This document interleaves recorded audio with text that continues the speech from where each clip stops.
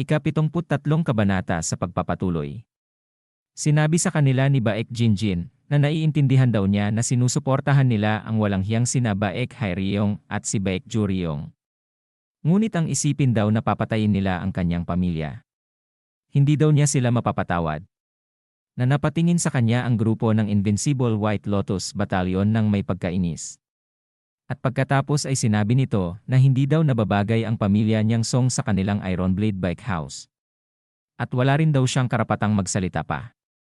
Kaya mamatay na lang daw sila. Na sinabi naman sa kanila ni Daesung na mga walang hiya kayo.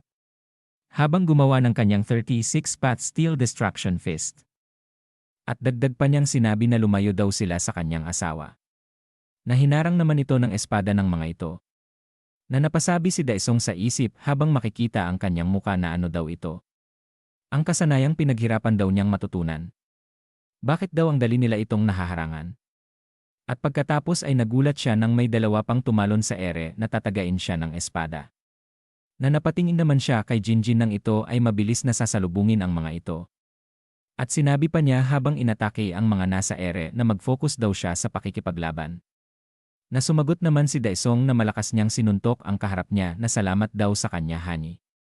Na makikita si Jinjin ay patuloy na nakikipaglaban sa mga ito. Na siya ay napasabi na sila daw ay masyadong marami.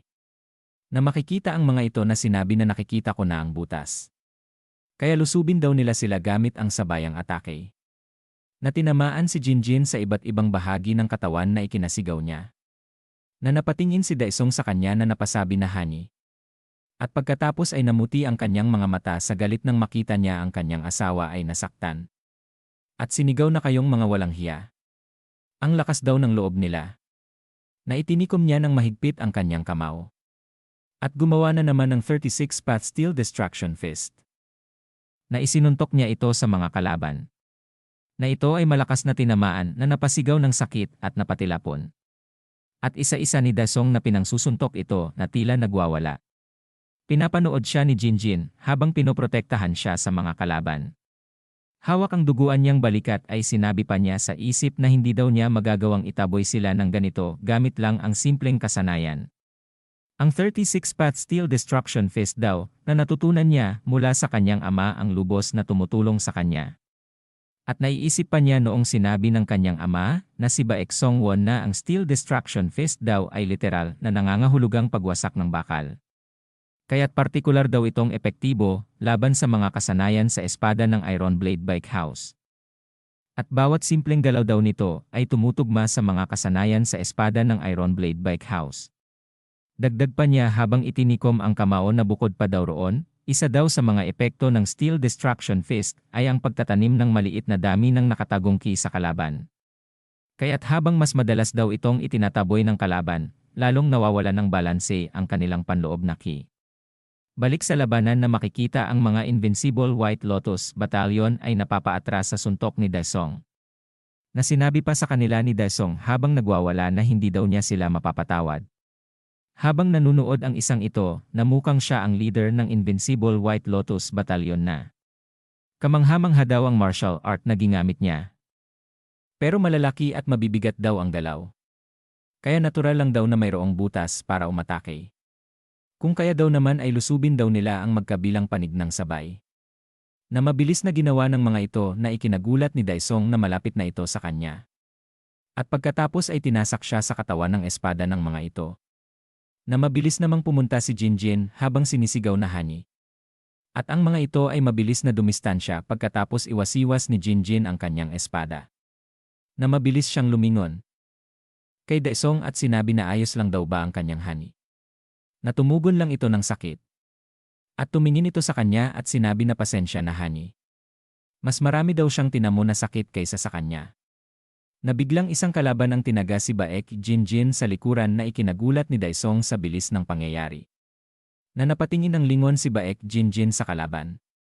Na ito ay humarap na mabilis na tinagang muli siya ng kalaban. Na nanlaki ang mata ni Daesung sa kanyang nakikita. Na makikita ang mata niya na napasabi sa isip na ano. Na makikita si Jinjin na duguan na sinabi pa sa isip ni Daesung na mamamatay daw ba siya. Si Jinjin. Mamamatay daw ba talaga siya? Na makikita siyang nanlaki ang mga mata na halos mataranta na ang kanyang utak at sinabi niyang muli sa isip na ang kanyang asawa daw ba talaga ay mamamatay. At biglang isang alaala ang lumabas sa kanyang isipan. Nakatulad din ng pangyayari na isang tao rin ang makikitang duguan. At isang babae ang makikita na nagsusuka ng dugo. At isang batang sumisigaw. At isang matanda na duguan din. Na makikita si Daesung na umiiyak noong bata pa siya na nakita niya ang pagpaslang sa kanyang buong angkan. Balik sa kasalukuyan na si Daesung ay naglabas ng enerhiya habang namuti ang mata sa galit na ito ay sumisigaw. Na ito ay mabilis na sumugod sa mga Invincible White Lotus Battalion na nagulat kay Daesung. Na pinangsusuntok niya ito habang nangangalit ang ngipin. Na makikita ang muka ni Daesung na sumisigaw sa galit. Na muli na naman niyang sinuntok ang kalaban. Nagagawa muli siya ng isang suntok na malakas. At pagkatama nito sa kalaban ay nabutas ang katawan nito sa sobrang lakas. Habang sugatan at hindi makapaniwalang nanunood sa kanya si Jinjin ay napasabi ito na hani. Na muling sumigaw si Daesung na tila wala sa sarili dahil sa emosyon na naalala niya at sa kanyang asawa na sugatan. At dito na po nagtatapos ang ika-73 kabanata.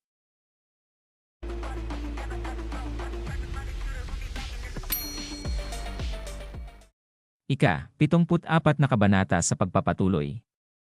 Sinabi ng isang kalabang ito kay Daesung na paano daw siya biglang naging ganun kalakas? Lumiliwanag ang mata ni Daesung na pinutol ang espada nito kasabay ng pagsuntok nito sa muka.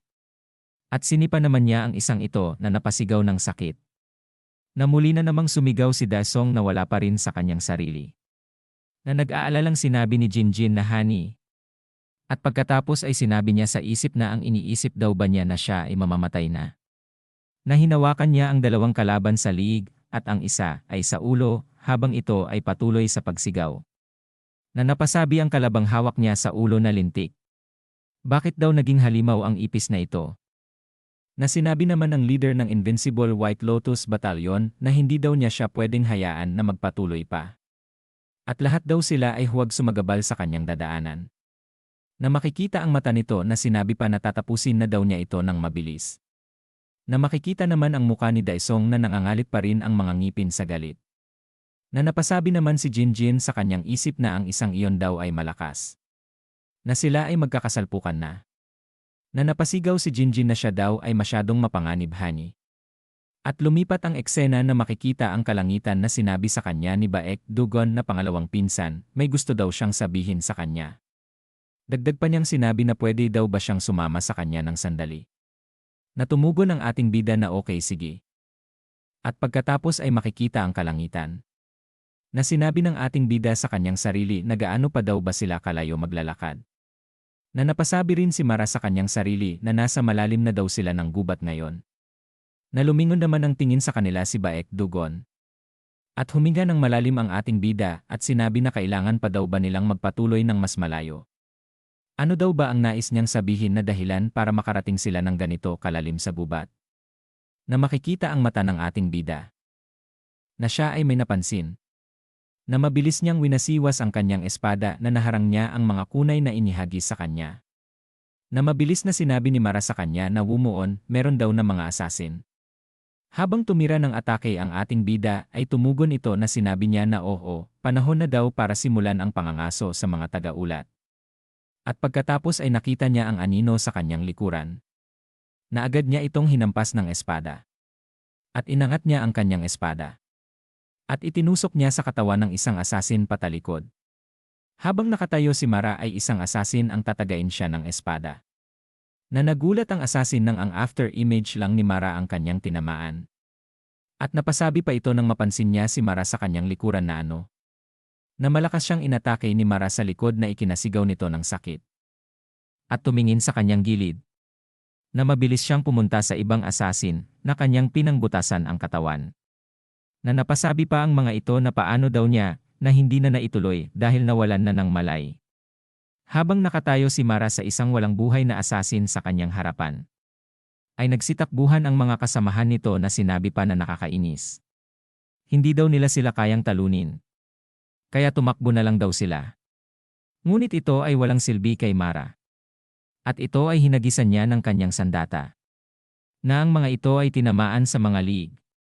Na agad bumalik sa kanya ito. Ang sandatang ginamit pala niya ay ang invincible blade na kanyang pinulot. Na napalingon ito nang sabihin sa kanya ng ating bida na Mara. Ang galing mo. Ginagamit mo ang invincible blade ng madali, parang orihinal mong teknik ito. Natumugon sa kanya si Mara na ito daw naman talaga ay sa kanya. Na napasabi ang ating bida na totoo daw ba yon? Hawak ang invincible blade ni Mara ay sinabi niya habang nakatingin siya dito na ito. Ito daw ay orihinal na pag-aari ng Troop of Invisible Assassin. 10 taon na daw ang nakalipas, ninakaw daw ito ng Savage Second Enigma. Na nakangiting sinabi ng ating bida na ganun daw ba? Ngayon, anumang nangyari, mayroon pa rin daw silang dakilang hari ng mga espiya na natitira. Natumugon sa kanya si Mara na ano daw ba ang ibig niyang sabihin. Na mabilis siyang lumingon sa gilid. At tinusok ang puno na tumagos sa likod kung saan andun si Baek Dugon na ikinagulat nito. Na ito ay mabilis na lumabas at sinabi na sandali lamang daw. Kapag pinatay mo ako, hinding-hindi mo malalaman kung nasaan ang mga magulang mo. Na nagulat naman ang ating bida sa kanyang narinig at napasabi na ano daw ang ibig niyang sabihin. May nangyari daw ba sa kanyang mga magulang? Na napasimangot naman si Mara sa kanyang likuran. Natumawa naman si Baek Dugon na siyempre. Maraming bagay daw ang tiyak na nangyayari ngayon. Natumingin ng seryoso ang ating bida na sinabi niya sa kanyang isip na hindi magagawa ni Baek Dugon yon mag-isa. Dagdag pa niya na ang ibig sabihin nito, ang nasa likod nito ay si Baek Haryong. At pagkatapos ay naiinis niyang sinabi kay Baek Dugon na dapat ay napagtanto mo na. Alam ko ang katotohanan tungkol sa mga tiwaling gawain na Baek Haryong at Baek Juryong. Natumawa ng malakas si Baek Dugon at sinabi sa ating bida na ang talino mo. Oo, pero sa tingin mo, nasa wastong pag-iisip ka ba para pag-isipan yan? Na mabilis na lumapit ang ating bida na hinawakan siya sa kuhilyo, na ikinagulat nito na sinabi pa niya kay Baek Dugon na kung may mangyari sa mga magulang ko. Hindi ko kayo mapapatawad at papatayin ko kayong lahat. Dagdag pa niya na sabihin mo sa akin, nasaan ang mga magulang ko. Natumugon si Baek Dugon sa kanya na sandali. Kung ganyan ang gagawin mo, hindi mo malalaman kung nasaan ang mga magulang mo. At kung may mangyari sa akin, hindi rin magiging ligtas ang mga magulang mo. Kaya huminahon daw siya. Na naglalabasan na ang ugat sa muka ng ating bida sa kanyang muka, sa galit na sinabi pa niya na ikaw na walang hiya ka. At kung hindi daw niya sasabihin sa kanya kung asaan ang mga magulang niya, papatayin daw niya siya. Na makikita ang muka ni Baek Dugon na sinabi niya sa ating bida na kaya mo ba akong patayin. Na makikita rin ang mata ng ating bida na naglalabasan ang ugat nito sa gilid na gusto daw ba niyang masubukan. Habang hawak siya ng ating bida sa kuhilyo ay nakatingin ito sa ating bida na sinasabi niya sa kanyang isip na ang buwisit na ito. Parang ang mga mata niya ay talagang handang patayin ako. At pagkatapos ay sinabi niya sa ating bida na nakakatakot daw naman siya. CJ. Sasabihin na daw niya sa kanya. Pero ipangako daw muna niya na hindi daw niya siya papatayin. Makikita ang langit na sinabi ng ating bida na okay sige. Ipinapangako daw niya. Natumugon si Baek Dugon na ang lokasyon daw ay. Na hindi na sinabi ang kasunod. Na mabilis nang tumakbo si Mara at ang ating bida. Habang pinagmamasdan niya ang ating bida, ay tumatawa itong napasabi na tapos na rin ako sayo, Song Woo-moon. Na makikita ang muka nito na nakahawak sa kanyang balikat na duguan na mag-ingat ka sa iyong paglalakbay. Patungo daw sa kabilang buhay. Na makikita naman ang muka ng ating bida na napasabi sa kanyang isip na ama, ina. Sana daw ay maging ligtas sila. At dito na po nagtatapos ang ika-74 na kabanata.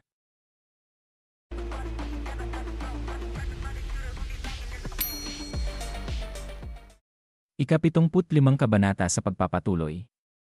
Nakarating na ang ating bida at si Mara sa dambana kung nasaan ang kanyang mga magulang.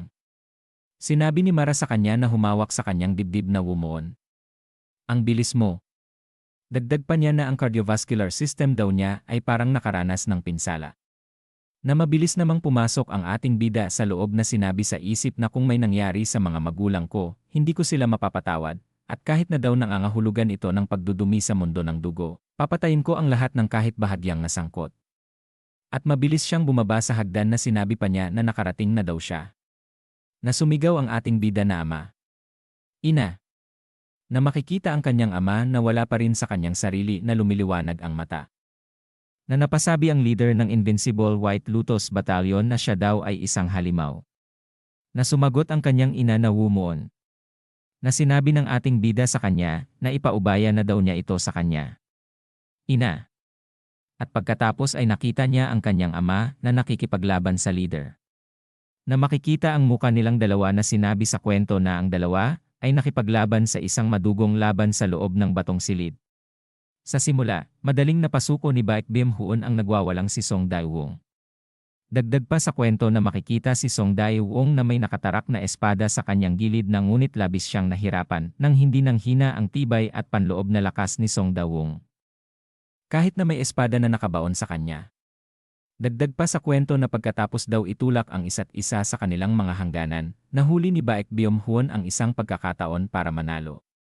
Siyempre, nagawa lang daw ito dahil sa mga sakripisyo ng kanyang mga tauhan. Sinabi pa nito habang itinutok ang espada na tapos na daw. Dahil daw tiyak na sobrang pagod na siya.